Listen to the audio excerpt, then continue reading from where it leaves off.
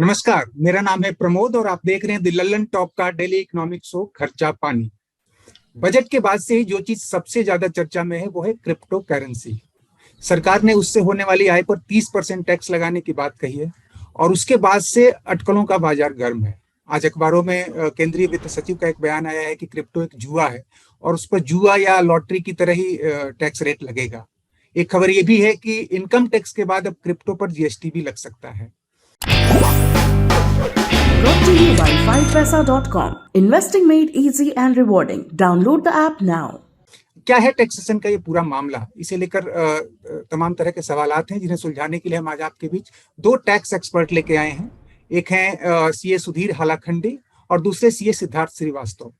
आप दोनों का बहुत बहुत स्वागत है। और हम व्यूअर्स को बताते हैं कि थोड़ी ही देर बाद हम जुड़ेंगे क्रिप्टो इंडस्ट्री के भी एक प्रतिनिधि से, जिनसे हम उनका पक्ष जान पाएंगे। फिलहाल अभी हमारे सामने दो टैक्स एक्सपर्ट हैं।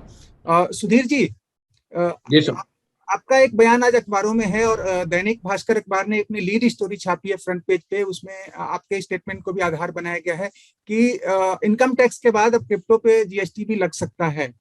और जरा हमें व्यूअर्स को आप समझाएं कि क्या है ये पूरा टैक्सेशन का मामला। और अभी जब केंद्रीय वित्त सचिव ये कह रहे हैं कि ये एक जुए की तरह है, गैम्बलिंग है, तो जरा इसको थोड़ा सा इससे पर्दा हटाएं। प्रमोद जी, जब से गुड्स एंड सर्विस टैक्स लागू हुआ है 1 जुलाई 2017 से जी, इस टैक्स में विवादों की कोई कमी नहीं है।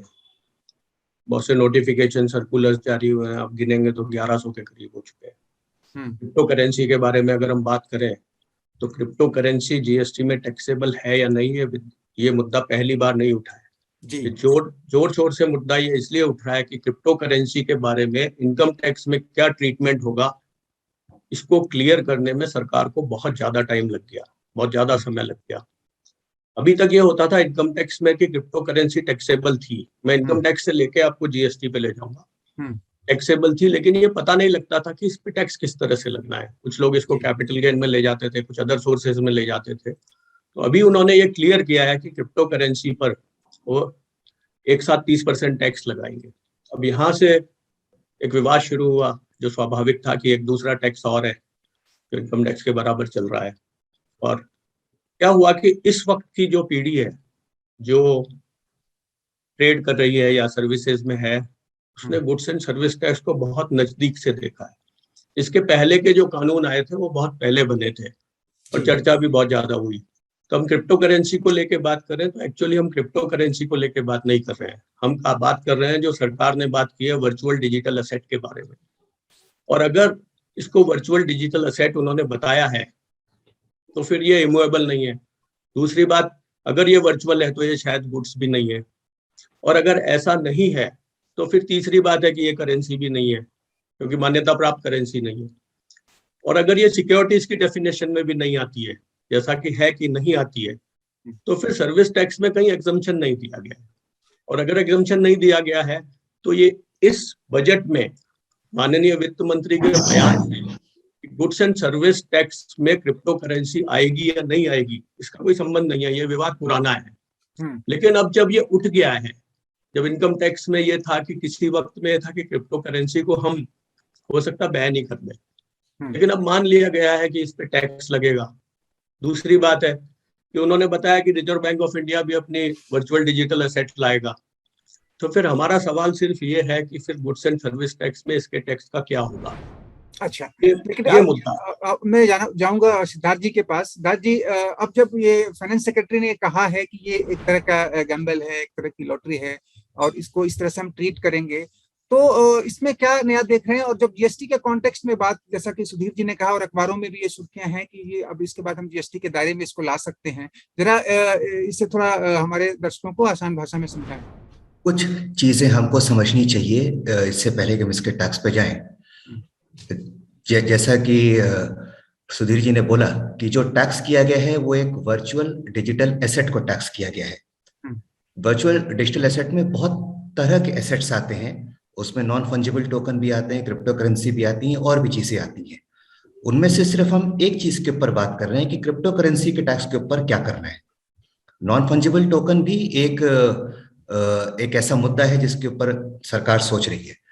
हमें ये सोचना चाहिए कि सरकार इसके बारे में क्यों सोच रही है और जैसा कि हम लोग हमेशा सुनते आए थे कि इसको बैन कर देंगे, तो बैन क्यों नहीं किया गया? इसके लिए जानना जरूरी है कि हम बात किसके बारे में कर रहे हैं। सरकार इसलिए सोच रही है क्योंकि इसमें पैसे का आदान प्रदान बहुत ज्यादा हो रहा है, इसकी वैल्यूएशन बहुत ऊपर नीचे हो रही है, और गवर्नमेंट ये ट्रैक करना चाहती है कि ये पैसा कहाँ से जा रहा है, कौन ले रहा है, कितना ले रहा है। तो वो बेसिकली मनी को ट्रैक करना चाहती है, पहली चीज।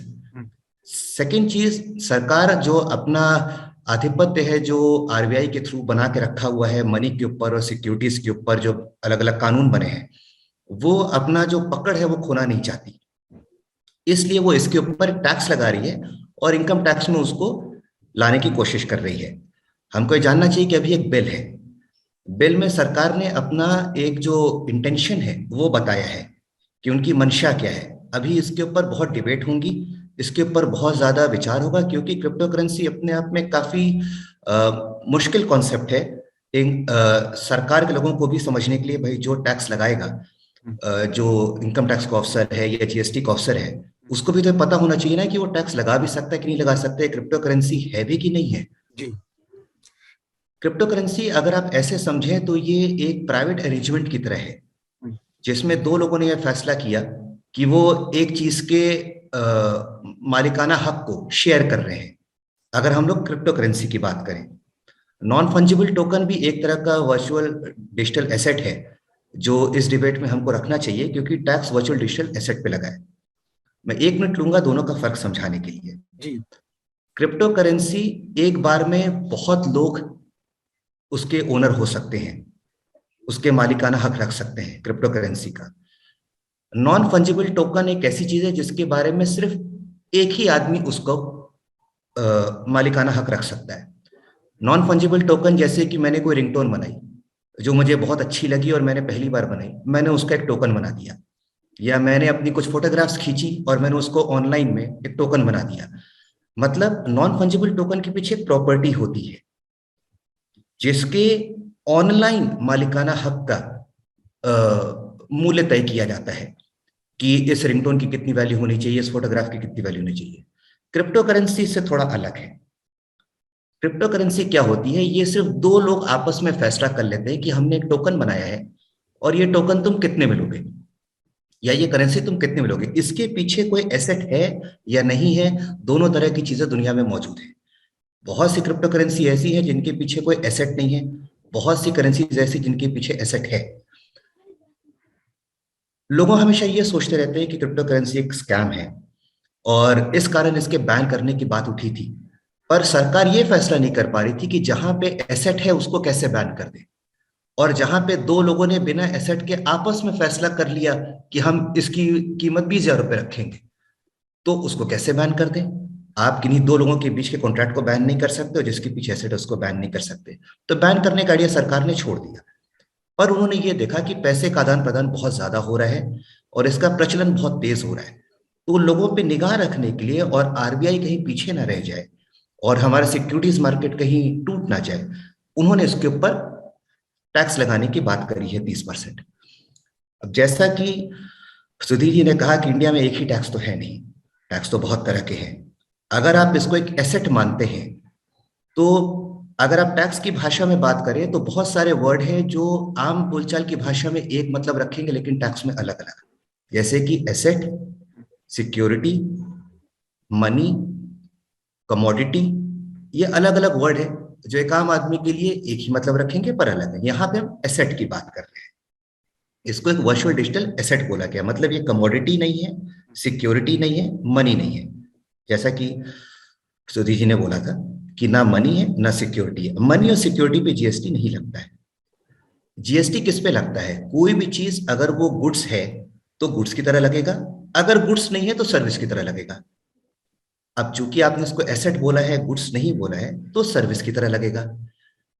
दूसरा सवाल आता है सर्विस में कौन सी सर्विस।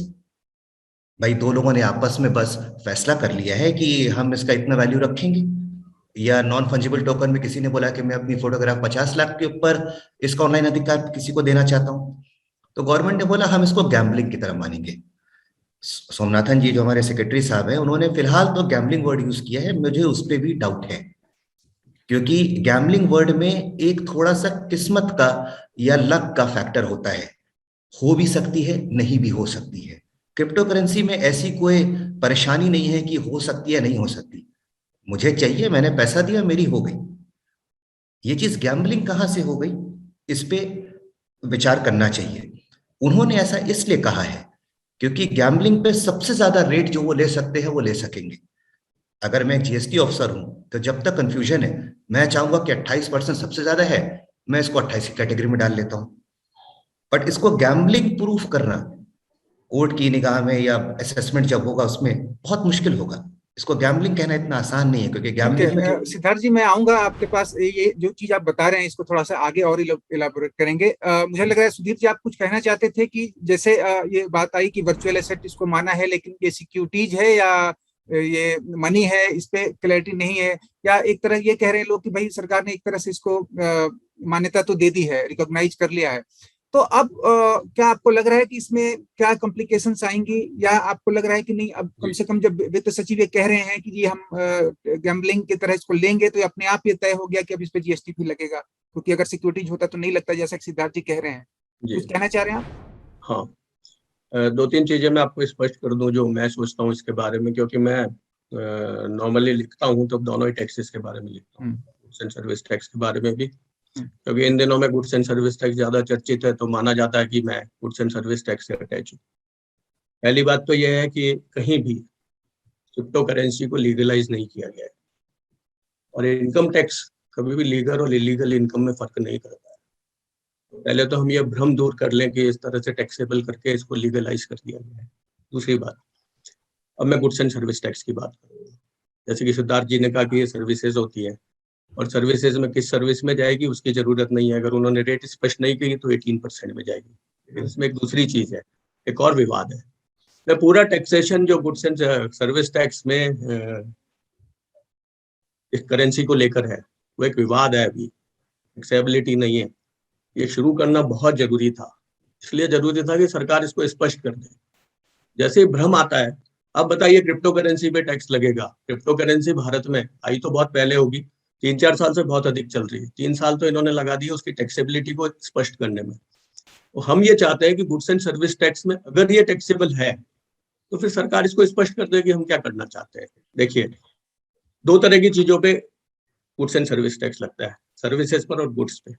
गुड्स में एक्शनेबल क्लेम भी शामिल है।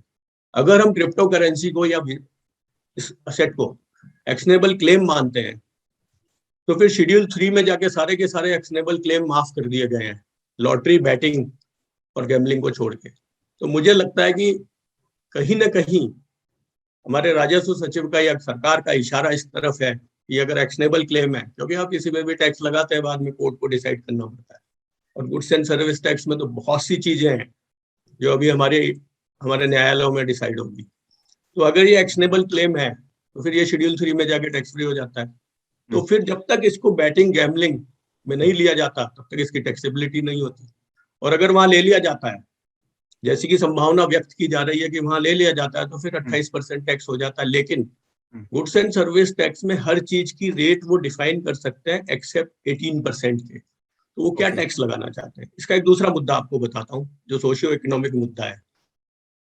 अगर ये सट्टा है, अगर ये गैम्बलिंग है, सिद्धार्थ जी इससे अलग वो करेंगे, तो मैं ये सोचता हूँ कि जो मध्यम वर्ग है उसको इससे बचा के रखना चाहिए। तो इससे बचाने के लिए है कि इसको इसकी टैक्सेबिलिटी पे टैक्स जो है वो इतना लगा दो कि नॉर्मल लोग इसमें हाथ ही नहीं डाले। जैसे टोबैको पे उन्होंने 72% सेस लगा रखी है, 28% टैक्स है। इसी तरह से हो सकता है कि सरकार का यह विचार है कि हम इसको बैन तो कर नहीं सकते, तो एक तो इसकी चैन पकड़ लो। दूसरी बात है, इस पे टीडीएस लगा दिया उन्होंने जो छोटे लोगों को परेशान करेगा। और तीसरा है कि इस पे जीएसटी लगा दो। तो हो सकता है जो लोग बहुत छोटे तबके से आते हैं, मिडिल क्लास से आते हैं, बहुत मेहनत से जिनके पास पैसा होता है, बचता नहीं है, और वो किसी भी तरह से इसको कमाना चाहते हैं, तो फिर वो रुक जाए। ये भी इसका एक मुद्दा हो सकता है जो गवर्नमेंट के विचार में हो कि हम बैन नहीं लगा सकते, तो फिर हम थोड़ा सा मुश्किल बना दे इसको। तो फिर तीसरा ये है कि अगर गेन हो रहा है तो फिर गवर्नमेंट को हर तरफ से इस पे टैक्स मिलना चाहिए। और जैसा कि उन्होंने ये भी कहा कि फिलहाल सरकार जो है वो रेगुलेशन लाने की जल्दबाजी में नहीं है और वो भी ट्रांजैक्शन पे केवल टैक्स लगाएगी, लेकिन साथ में ये भी कहा जा रहा है कि 2022 से जो जुलाई 2022 से तब 10,000 या इससे ज्यादा की जो वर्चुअल करेंसी का जो ट्रांजैक्शन होगा उस पर 1% टीडीएस लगाने की शायद बात कही गई है मेरे ख्याल से। फिर हम जाएंगे सिद्धार्थ जी के पास। आप अपनी बात यहाँ पे आपने खत्म की थी और इसमें अगर आप कुछ और जोड़ना चाहते हो जो एलाबोरेशन इन्होंने दिया सुधीर जी ने तो बहुत अच्छा रहेगा सिद्धार्थ जी। देखिए 1 जुलाई से जो टीडीएस लगाने की बात की गई है उसके 2 ब्रैकेट बनाए गए हैं, 50,000 से ज्यादा या 10,000 से ज्यादा जैसा आपने कहा है। और वो टीडीएस तब नहीं लगेगा अगर पे करने वाला आदमी भारत के बाहर का है। अब हमें ये जानना चाहिए कि सबसे इंपॉर्टेंट चीज ये है कि भारत में इसके कितने खिलाड़ी हैं जिनके ऊपर की टीडीएस लगाने का सरकार सोच रही है, क्योंकि ज्यादातर जो इसके खिलाड़ी हैं वो भारत के बाहर के हैं। और जैसा कि सुधीर जी ने कहा कि हम भारतीय लोगों को इस प्रवृत्ति से बचाना चाहते हैं कि वो ये बिटकॉइन और क्रिप्टो करेंसी में आदान प्रदान शुरू कर दें। तो वो ये चाहते हैं कि भारतीय लोग अगर आदान प्रदान करें तो उन्हें पता होना चाहिए कि इस पे 1% टीडीएस लगता है। बाहर के लोग अगर कर रहे हैं उनको हम रोक नहीं सकते, हमारा कानून बाहर के लोगों पे लगता नहीं है। 1% टीडीएस का उन्होंने प्रोविजन बनाया है, 1 जुलाई से ही आएगा जैसा कि है। बट जब ये प्रोविजन बिल में दिया गया था तो हमारे फाइनेंस मिनिस्टर मैडम ने साफ साफ बोला था कि इसके ऊपर अभी हम इंटरनेशनल प्रैक्टिस भी ऑब्जर्व करेंगे। उन्होंने बोला था कि हम इसमें इंटरनेशनली क्या हो रहा है वो भी देखेंगे, क्योंकि हमारे अपने देश में अगर हमने कोई इनकम टैक्स का कानून बना दिया तो हमारे बहुत से देशों के साथ समझौते और संधि हैं इनकम टैक्स के ट्रीटमेंट को लेकर। अच्छा। ऐसा नहीं होना चाहिए कि हम इंडिया में उसको एक अलग तरह से ट्रीट कर रहे हैं, विदेशों में किसी और तरह से ट्रीट हो रही है, तो हमारी वो जो समझौते संधियां हैं उनके ऊपर कुछ परेशानी आ जाए इनकी इंटरनेशनल ट्रांजैक्शन में, क्योंकि विदेशी लोग भी भारत में बेचते हैं और व्यापार करते हैं। बाहर के देशों में ज्यादातर जो मैंने देखा और अभी तक समझा है कि इसको एक कैपिटल गेन की तरह ट्रीट किया जाता है। आपने कितने में खरीदा, कितने में बेचा, जो बचा उसको अवधि के हिसाब से शॉर्ट टर्म या लॉन्ग टर्म कैपिटल गेन की तरह ट्रीट किया जाता है। क्या भारत सरकार भी इसे कैपिटल गेन की तरह ट्रीट करेगी या नहीं करेगी, वो भारत सरकार को फैसला करना होगा, पर अंतर्राष्ट्रीय सहमति इसको कैपिटल गेन की तरह रखने की है। अभी ये मुद्दा ज्यादा बड़ा नहीं हुआ है, लेकिन जैसा कि क्रिप्टो करेंसी को जब मान्यता सरकार दे रही है तो भारत सरकार भी मान रही है कि अब ये रहेगा, ये कोई जाने वाली चीज है नहीं। तो हमें देखना चाहिए कि विदेशों में इसका जो उत्थान हुआ है वो कैसा हुआ है। विदेशों में कुछ देश ऐसे हैं जिन्होंने इसको अपनी राष्ट्रीय करेंसी मान लिया है। सेल्वाडोर करके जो देश है उसने इसको अपनी राष्ट्रीय करेंसी मान लिया है, और जो चीजें होती हैं फिर वो होती जाती हैं। कहीं अगर किसी बड़े देश ने या किसी व्यापारिक देश ने इसको करेंसी का दे दिया स्टेटस, तो फिर भारत सरकार के लिए इसको टैक्स कर पाना एक कैपिटल गेन की तरह थोड़ा मुश्किल होगा लीगली, अगर हम इसको देखें। तो मेरे ख्याल से हमें इस समय से इतना समझना चाहिए कि क्रिप्टो करेंसी को भारत सरकार ने मान्यता एक तरह से दे दी, 30% टैक्स लगा दिया। जीएसटी वालों की आंखें खुल गई हैं ये देखकर कि वो इसको जीएसटी में टैक्स कर सकते हैं, सर्विस की तरह कर सकते हैं। कौन सी सर्विस में करेंगे देखा जाना है, और भारत सरकार इस पे वाकई में किस तरह से इनकम टैक्स एक्ट में ट्रीटमेंट करेगी, क्योंकि इनकम टैक्स भी सेंट्रल गवर्नमेंट का टैक्स है, जीएसटी भी सेंट्रल गवर्नमेंट से कंसर्न होता है, तो सरकार सेम है। वो अपने अधीन एक टैक्स पे उसको मान्यता दे दूसरे में ना दे, ऐसा हो नहीं सकता। तो ये तो स्पष्ट है कि जीएसटी में इसका कुछ ना कुछ इम्पैक्ट जरूर पड़ेगा, और जो वो पड़ेगा वो 1 जुलाई से दिखना शुरू भी हो जाएगा, क्योंकि जैसे ही कोई टीडीएस पे करेगा उसके ऊपर जीएसटी की जो कंप्लायंस है रिटर्न वगैरह फाइल करने में, क्योंकि जीएसटी अगर आप देखें तो वो सेल्फ असेसमेंट का होता है, उसमें एक व्यापारी को खुद फैसला करना होता है कि वो इसको डिक्लेयर करे ना करे। तो 1 जुलाई के बाद जब भारतीय लोगों में टीडीएस लगना शुरू हो जाएगा तो क्या लोग अपने आप से इसको जीएसटी की जो रिटर्न भर रहे हैं उसमें दिखाना शुरू कर देंगे। क्या करना चाहिए तो कौन सी सर्विस में, HSN कोड क्या लगाना चाहिए, रेट क्या लगाना चाहिए। ज्यादा समय बचा नहीं है, भारत सरकार को इस पे जरूर और जल्दी कोई ना कोई स्पष्टीकरण देना चाहिए कि अगर इस पे जीएसटी भी लगेगा, क्योंकि इनकम टैक्स में मान्यता दी जा रही है, तो लोगों को इसका ट्रीटमेंट कैसे करना चाहिए। वरना कोई 28 लगाएगा, कोई 18 लगाएगा, कोई एग्जम्प्ट मान लेगा, फालतू में विवाद बढ़ेगा। चलिए सुधीर जी, कुछ कहना चाह रहे हैं आप? हाँ, एक तो चीज मैं ये कहना चाह रहा हूँ कि इंटरनेशनली वर्चुअल डिजिटल एसेट को किस तरह से टैक्स में ट्रीट किया जाता है, इसके बारे में भारत की सरकार ने अपना पक्ष स्पष्ट कर दिया है। तो इसको कैपिटल गेन नहीं मानना चाहते, और उन्होंने अपने बजट में जब बता ही दिया है, तो फिलहाल तो भारत सरकार की जो फैसला है इस पे बहस होगी, बजट पास होगा, लेकिन आज की तारीख में उन्होंने अपना प्रपोजल रख दिया है कि वो इस तरह से इसको टैक्सेबल करें। दूसरी बात है कि एक चीज मैं बता दूं, गुड्स एंड सर्विस टैक्स में तो कोई चेंज हुआ नहीं है, जीएसटी कानून वही है, जो अमेंडमेंट वो लाए थे वो रिटर्न से संबंधित लाए थे।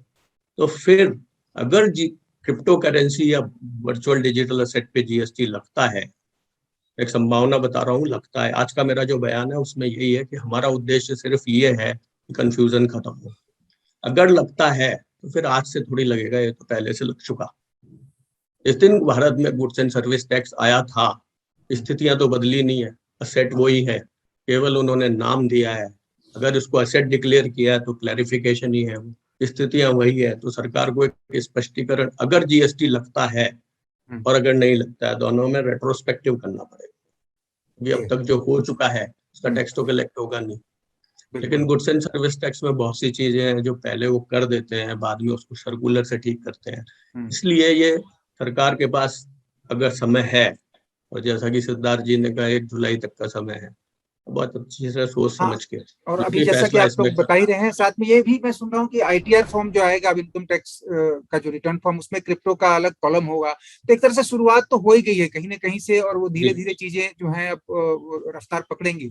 सिद्धार्थ जी, एक चीज मैं जानना चाहता था कि एक आम आदमी जो मैं इसके पहले भी एक एक्सपर्ट से ये बात मैंने पूछी थी, सबके मन में कंफ्यूजन है, क्योंकि बहुत से लोग तभी यही नहीं जानते कि है क्या माजरा, क्रिप्टो है क्या। और अब जब सरकार ने कहा कि हम अपनी डिजिटल जो है वो लॉन्च करेगी आरबीआई अपना अलग, तो इसका थोड़ा आप स्पष्ट कर दीजिए कि जो सरकारी करेंसी होगी, जो सरकारी वर्चुअल एसेट होगा, और अभी जो बिटकॉइंस और जो दूसरे तरह के हैं, वो आज की डेट में इस जो टैक्सेबिलिटी है उसके कॉन्टेक्स्ट में दोनों के बीच क्या अंतर है, और एक आम आदमी के लिए दोनों में भेद करना किस तरह जरूरी है? सर, जो सरकार अपना डिजिटल करेंसी लेकर आना चाह रही है, और जिस टेक्नोलॉजी के ऊपर ये बिटकॉइन या क्रिप्टो करेंसी चलते हैं, वो दोनों ही सेम हैं। उनको ब्लॉकचेन कहते हैं। ब्लॉकचेन में बेसिकली बहुत सारे लोगों का एक समूह एक साथ काम करता है एक एसेट के ऊपर, वो किसी एक के पास नहीं होता है। सरकार ये चाहती है कि जो करेंसी भारत में चले वो आरबीआई या सरकार द्वारा मान्यता प्राप्त हो, और उसके पीछे कोई ऐसा आदमी हो या ऐसा संस्थान हो जो उसकी जिम्मेदारी ले कि ये जिम्मेदारी मैं लेता हूं कि इतनी जो इसकी वैल्यू रखी गई है वो अदा होगी। क्रिप्टो करेंसी के जो संसार है, जैसा मैंने पहले बताया, ये दो लोगों के बीच का एक प्राइवेट अरेंजमेंट होता है कि हम इसकी इतनी वैल्यू रख रहे हैं। अगर कल को मैं मना कर दूं कि नहीं, मैं नहीं देना चाहता, जैसे अगर मैं क्रिप्टो करेंसी बेचने जाऊं, बिटकॉइन से 50,000 का एक कॉइन बेचने जाऊं, और कोई भी खरीदार ना आए, तो मैं किसी के पास जा नहीं सकता। मुझे चाहिए कि कोई खरीदार आए तभी वो बिकेगा। लेकिन अगर भारत सरकार द्वारा मान्यता प्राप्त कोई डिजिटल करेंसी आती है, कोई ऐसा वर्चुअल एसेट आता है, तो मेरे पास एक संस्थान है, भारत सरकार है, आरबीआई है, कोई बैंक है, जिसके पास मैं जाके उसको रुपए में या मनी में कन्वर्ट करा सकता हूँ। सबसे बड़ा डिफरेंस लोगों को यही समझना चाहिए कि फिलहाल क्रिप्टो करेंसी या बिटकॉइन लोगों की पसंद और लोगों की इच्छा से ज्यादा चलता है, बजाय इसके कि उसके पीछे कोई कानून है। सरकार चाहती है कि इसके पीछे कानून भी बने, और इसलिए वो इसको टैक्स करना चाह रही है, ताकि इसकी लोगों को लत या आदत ना पड़ जाए कि लोगों को ऐसा लगने लगे कि अगर मेरे पास बिटकॉइन या करेंसी है तो मैं बहुत अमीर हूं। उनको ये पता होना चाहिए कि इसके पीछे कोई नहीं है, या कई केसेस में नहीं होता है, कुछ केसेस में होता है। जो फंजिबल टोकन एनएफटी है उसमें होते हैं, पर हर जगह नहीं होते। तो लोगों को इस आदत से बचाने के लिए सरकार ने खुद पहल की है कि हम अपना भी लेकर आएंगे। अगर आपको इतना ही मन है कि आपका जो पैसा है वो एक इलेक्ट्रॉनिक फॉर्म में रहे, तो आप हमसे लीजिए या मान्यता प्राप्त इंस्टीट्यूशन से ही लीजिए। जो हो सकता है बाद में वो कुछ लोगों को नॉमिनेट भी करें कि इनकी करेंसी को हम लीगलाइज करते हैं, बाकियों की नहीं करते हैं। तो हमें अभी देखना होगा इस पर। सुधीर जी ने रिक्वेस्ट की थी कि उन्हें किसी मीटिंग में जाना है, तो सुधीर जी आप चाहें तो अपने कंक्लूडिंग रिमार्क के साथ जो है आप जा सकते हैं आगे। सिद्धार्थ जी बने रहेंगे थोड़ी देर के लिए और हम इंतजार करेंगे कि शायद कोई क्रिप्टो इंडस्ट्री से भी एक प्रतिनिधि आने वाले थे, अगर वो आते हैं तो हम उनसे भी बात करेंगे और नहीं आते हैं तो सिद्धार्थ जी आपके बाद उनसे बात करेंगे। लेकिन फिलहाल सुधीर जी आप कुछ कंक्लूड करना चाहेंगे? हाँ, मैं अपने कंक्लूडिंग रिमार्क में कहना चाहूंगा, जैसा कि मैंने आपको बता दिया कि विवाद क्या है। इस तरह से सरकार ने 3 साल 4 साल इंतजार किया ये बताने के लिए कि इनकम टैक्स में इसको किस तरह से टैक्सेबिलिटी करना चाहते हैं। एक सवाल आपने उठाया था, आम आदमी नहीं जानता क्रिप्टो क्या हो। मैं चाहता हूँ कि आम आदमी इसको नहीं जाने। अच्छा, अच्छा है तो असल में राकेश झुनझुनवाला हैं जिनको बिग बुल के नाम से जाना जाता है और उनका एक बयान आज अखबारों में है कि एक दिन क्रिप्टो बाजार ढह जाएगा। तो खैर आपकी जो इच्छा है और आप जो कह रहे हैं कि हम आदमी न जाने, हम उम्मीद करते हैं वो जाने न जाने, लेकिन ऐसा कुछ न हो उसके साथ जो आशंकाएं जताई जा रही हैं। आप हमारे शो में आए सुधीर जी, आपका बहुत बहुत धन्यवाद। थैंक यू सर जी। और सिद्धार्थ जी अभी एक चीज मैं आपसे जानना चाहूंगा, कुछ दिन पहले जो क्रिप्टो एजेंसियां हैं, जो एक्सचेंज हैं, उनके खिलाफ कुछ इनकम टैक्स ने कार्रवाई की थी और उसके बाद उन्होंने जीएसटी को भी रेफर किया केस और जीएसटी विभाग ने भी उस पर छापा मारा। फिर एक समस्या आई टैक्सेबिलिटी की कि इनको कैसे टैक्स लगाएं। तो इनकम टैक्स ने कहा कि जो ये लोग अपना कमीशन जो चार्ज करते हैं कमाई पे, वो हमारे लिए इनकम माना जाएगा और उन पे हम टैक्स लगाएंगे। फिर बाद में ये जीएसटी अधिकारियों की तरफ से कहा गया कि भाई अभी ये तय नहीं है कि इसको हम गुड्स माने या सर्विसेज माने। तो ये क्या है माजरा, जरा आप इसको अगर समझा सकें कि अभी क्या ये स्थिति, कल को अगर जीएसटी लगता है तो क्या अभी वो कंफ्यूजन बरकरार है कि ये एक गुड्स है या सर्विस है? मैं थोड़ा पीछे से जो आपने झुंझुनवाला जी की बात कही थी उससे शुरू करना चाहूंगा। झुंझुनवाला जी ने जो बात कही है वो सही भी है और नहीं भी है। सही इसलिए है कि रोज कम से कम 100 से 150 क्रिप्टो करेंसीज बनती हैं और बंद होती हैं, रोज की 100 से 150। लेकिन ऐसी बहुत सी क्रिप्टो करेंसी हैं जो सालों से बनी हुई हैं और पहले से बेहतर हो गई हैं। तो ये कह जाना कि पूरा का पूरा मार्केट ढह जाएगा तो मैं एग्री नहीं करूंगा। और सरकार को भी शायद ऐसा ही लगता है, तभी वो इसको टैक्स लगाने की कोशिश कर रही है। इसको एक हवा की तरह नहीं मान रही है कि आज बह रही है कल बंद हो जाएगी। सरकार को भी लग रहा है कि कानून बनाना पड़ेगा क्योंकि कुछ लोग हैं जो रुक गए हैं, बड़े होते जा रहे हैं। अब जो बात आपने कही कि जो क्रिप्टो करेंसी होती है, ये दो लोगों के बीच में, जैसा मैंने बताया, प्राइवेट अरेंजमेंट होता है। लेकिन इसमें जब लाखों करोड़ों लोग इन्वॉल्व हो जाते हैं तो उन लोगों को लगता है कि कोई है जो इसको मैनेज करे कि कौन बेचना चाह रहा है, कौन खरीदना चाह रहा है, कितने में बेचना चाह रहा है, हमें सारी इंफॉर्मेशन एक जगह मिल जाए।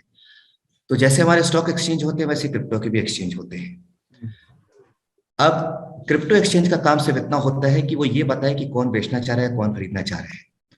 तो यहाँ पे दो तरह के पैसे का आदान प्रदान हुआ। अगर मैं 50,000 का कॉइन व्यक्ति ए से व्यक्ति बी को बेच रहा हूं, तो जब मैं बेचूंगा 50,000 रुपए तो व्यक्ति बी मुझे 50,000 देगा। उसके बाद ये स्टॉक एक्सचेंज जो क्रिप्टो करेंसी का है, ये व्यक्ति ए से 1,000 और मुझसे 1,000 ले लेगा। सरकार ने अभी तक जो रेट डाली है वो इस 1,000 के ऊपर डाली है कि जो 1,000 का कमीशन है इसको हम इनकम टैक्स में कैसे ट्रीट करेंगे, और अगर कमीशन है तो हम इसको सर्विस का कमीशन मानेंगे, जीएसटी भी लगेगा। अब जो बजट के ऊपर मुद्दा उन्होंने छेड़ा है वो इस 50,000 के ऊपर छेड़ा है।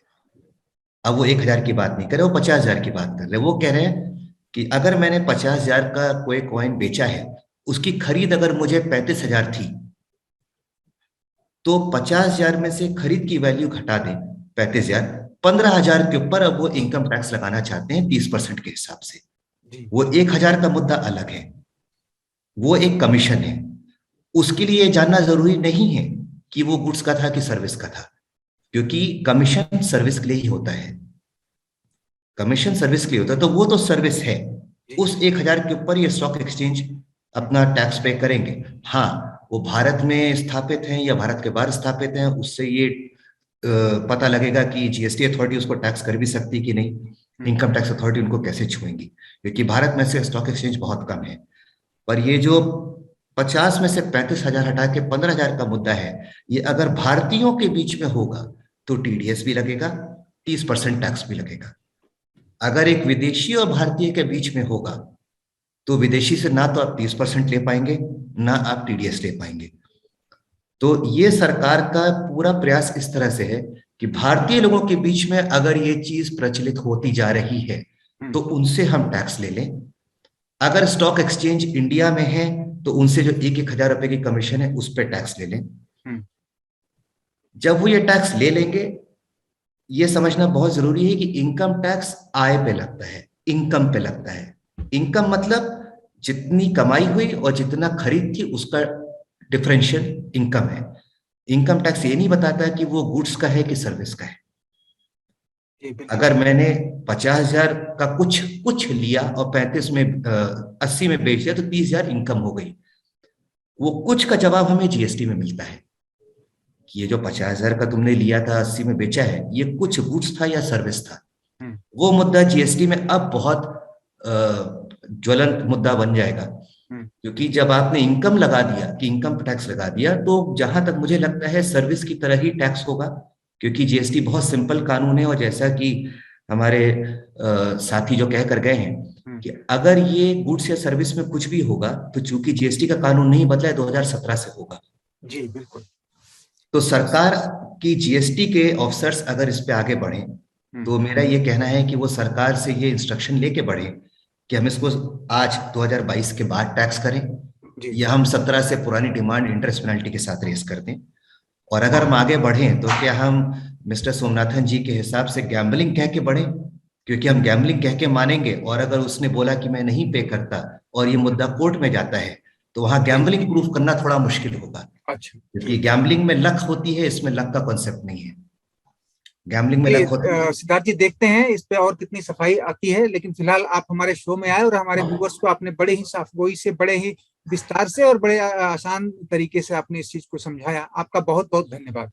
मैं आपका भी बहुत धन्यवाद देना चाहूंगा। और जैसा कि हमने आपको बताया था कि थोड़ी देर बाद हमसे क्रिप्टो इंडस्ट्री से जुड़े लोग भी होंगे और हम उनसे उनका पक्ष जान सकेंगे। अभी हमारे साथ हैं क्रिप्टो एक्सचेंज वजीरेक्स के फाउंडर निश्चल शेट्टी।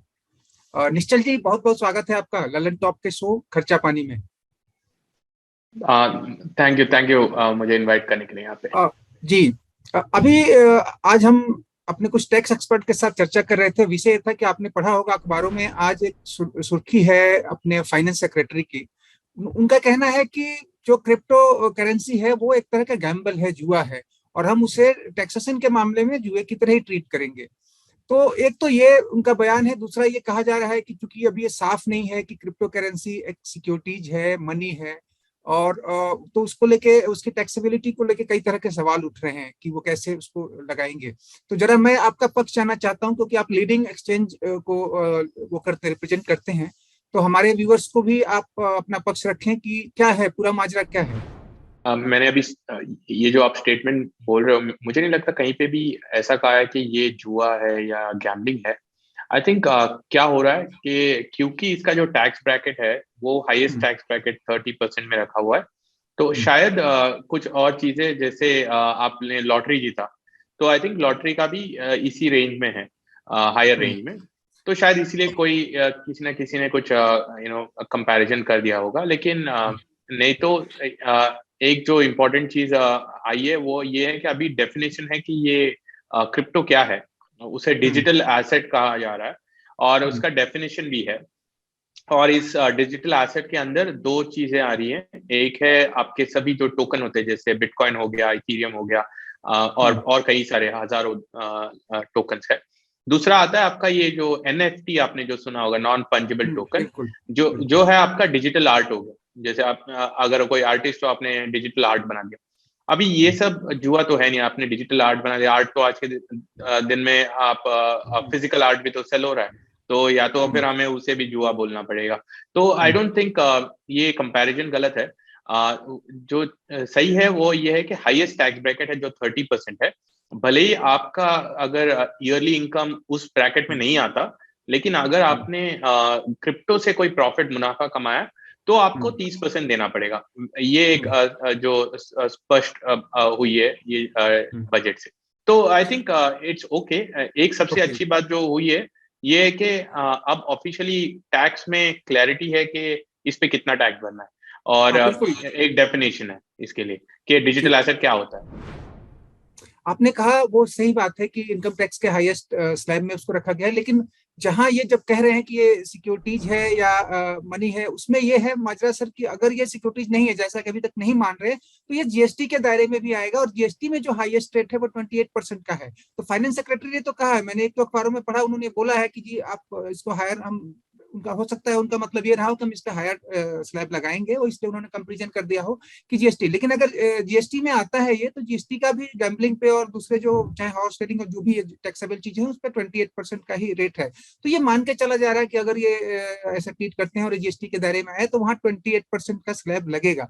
लेकिन ये आपने मेरे ख्याल से क्लियर कर दिया, और जो आप अपनी बात कह रहे हैं कि ठीक है, हमें आप दर्शकों को, हमारे व्यूवर्स को ये बता दें कि अगर मतलब क्या कोई एम्बिग्विटी है टैक्स को लेकर, या ऐसा मतलब ऐसा क्या है। और दूसरी चीज की जो फाइनेंस सेक्रेटरी अगर कह रहे हैं कि हम इसको लगाएंगे, हायर स्लैब लगाएंगे, आप इसको पॉजिटिवली देख रहे हैं? क्योंकि एक तरह से वो रिकॉग्नाइज कर रही है सरकार। अभी तक क्या था कि ये एक तरह से अनटचेबिलिटी वाला मामला था, लेकिन जब टैक्सेबिलिटी वाली बात आ गई तो आप एक तरह से, मुझे लगता है इंडस्ट्री के लिए क्या पॉजिटिव है, होनी भी चाहिए। मुझे लगता है एक तरह से सरकार ने इनडायरेक्टली रिकॉग्नाइज कर लिया आप।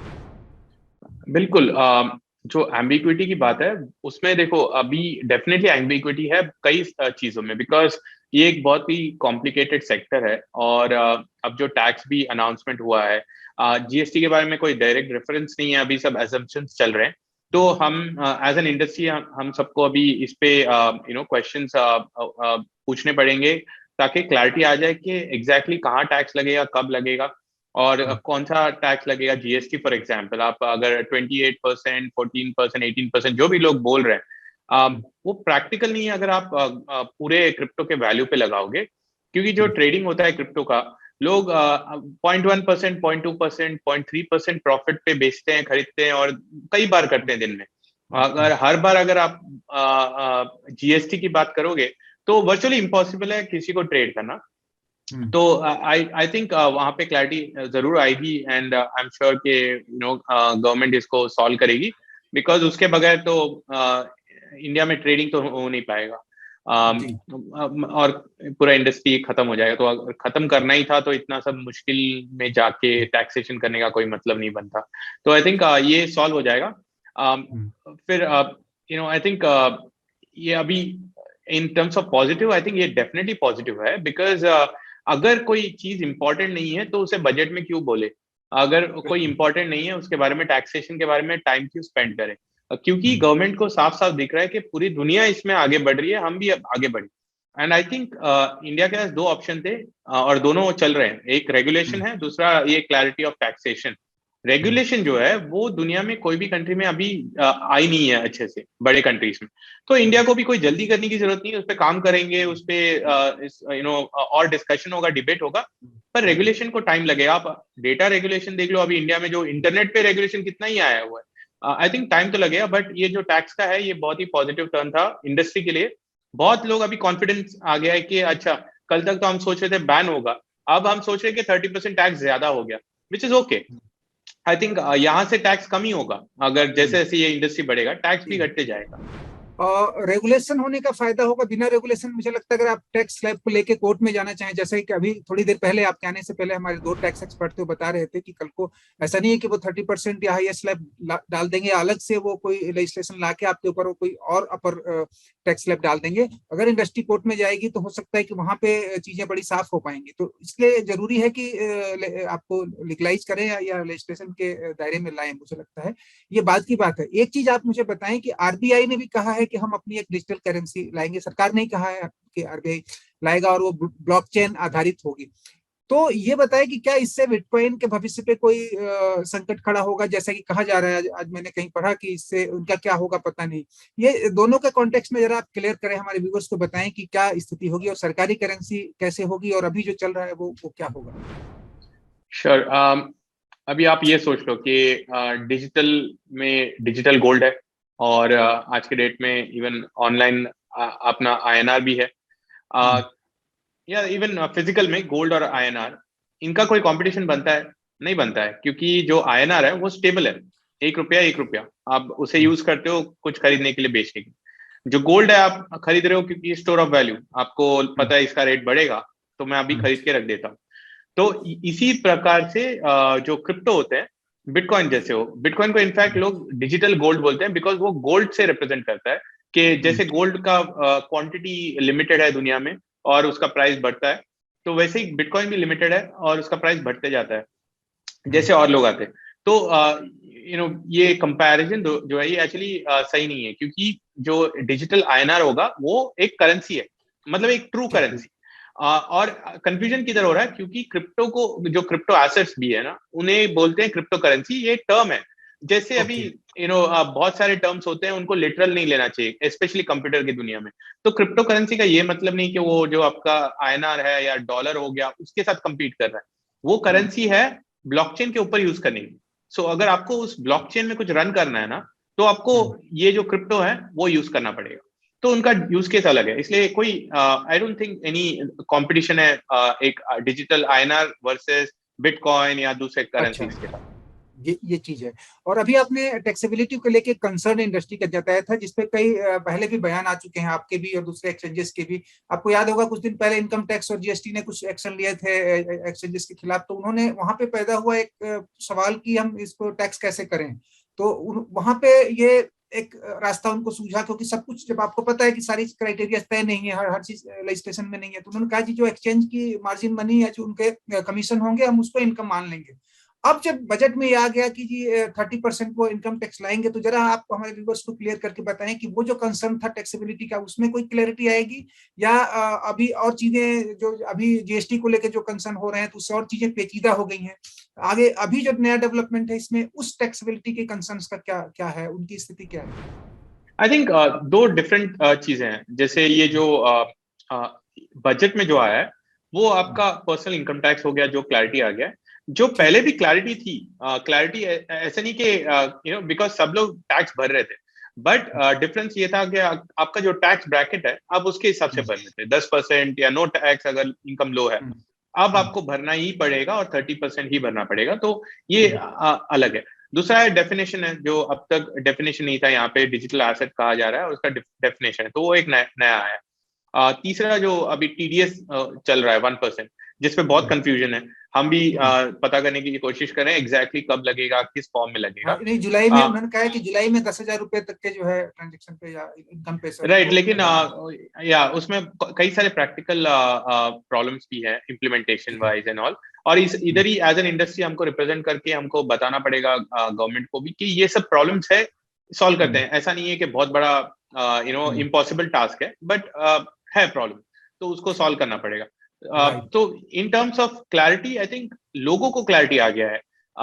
कंपनीज जिनको इन्वेस्ट करना था उनको डर था कि हम एज अ कंपनी इन्वेस्ट करेंगे ऑफिशियली, क्योंकि जैसे US में टेस्ला भी इन्वेस्ट करती है बिटकॉइन में, तो यहाँ पे भी इंडिया में कंपनीज को भी इन्वेस्ट करना है। तो अब ये क्लैरिटी की वजह से अब उनके लिए ये सब आसान हुआ है। अब जो दूसरा जो कॉर्पोरेट लेवल पे जो टैक्सेशन का है कुछ चीजें आप जो बोले जैसे GST ये सब, आई थिंक इस पे क्लैरिटी अभी भी और आनी बाकी है।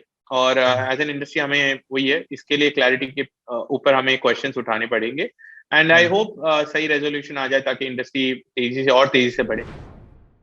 चलिए, निश्चल उम्मीद करेंगे कि क्लियरिटी आए। एक बयान और आया है जो छोटा मोटा नहीं, आपको पता बिग बुल कहे जाते हैं राकेश झुनझुनवाला, और राकेश झुनझुनवाला का बयान है कि ये क्रिप्टो बाजार है उसमें बड़ा अंधकार है, और वो कह रहे हैं कि एक दिन क्रिप्टो बाजार ढह जाएगा। तो इस तरह के जब मैसेजेस आते हैं तो आम आदमी में बड़ा जो पहले से ही डर है वो संशय होता है। क्या ऐसे बयान को आप कैसे देखते हैं? देखो, आई मीन अगर आप अगर कोई सेक्टर में अगर आप एंट्री नहीं मारते हो और उसके बारे में पढ़ते नहीं हो, तो अगर आप बाहर से देखते हो तो हमेशा अंधकार होगा। ये कोई भी सेक्टर में सही है। तो आप जब तक अंदर जाके उसके बारे में पढ़ते नहीं हो, समझते नहीं हो, आप बाहर से अगर नजरिया रखोगे तो आपको अंधकार ही दिखेगा। तो आप इसके बारे में कुछ नहीं कर सकते। आई थिंक हर एक को पढ़ना चाहिए, समझना चाहिए कि ये टेक्नोलॉजी जो है पूरे दुनिया में एक रीजन से चल रही है। अगर टेस्ला जो एक सबसे इनोवेटिव कंपनी है, इलेक्ट्रिक कार बना रही है, अगर वो $1 बिलियन की इन्वेस्टमेंट कर रही है, तो उसके पीछे एक रिसर्च होगा, एक टीम होगा जिन्होंने कुछ तो सोचा होगा। तो आई थिंक ये हमारा देखने का जरिया है, जो आई बिलीव हम सबको भी अपडेट करना चाहिए और डीपर जाना चाहिए टेक्नोलॉजी में, क्योंकि इंडिया का जो प्रोग्रेस भी हुआ है, टेक्नोलॉजी एक बहुत बड़ा पार्ट प्ले किया है उसमें, एंड करता रहेगा. सो या I think it's okay. I think जैसे जैसे समझेंगे हम सब, हम और आगे बढ़ेंगे. निश्चल उम्मीद करते हैं कि क्लैरिटी आए, न केवल टैक्सेशन पे बल्कि ओवरऑल पूरी इंडस्ट्री पे और तमाम इसके ट्रांजैक्शंस और दूसरे जो पहलू हैं उस पे थोड़ी स्पष्टता आए. आप हमारे ललन टॉप के खर्चा पानी में आए, आपने अपना पक्ष रखा टैक्सेशन पे भी और उसके पूरे सिनेरियो पे भी. आपका बहुत बहुत धन्यवाद. Thank you.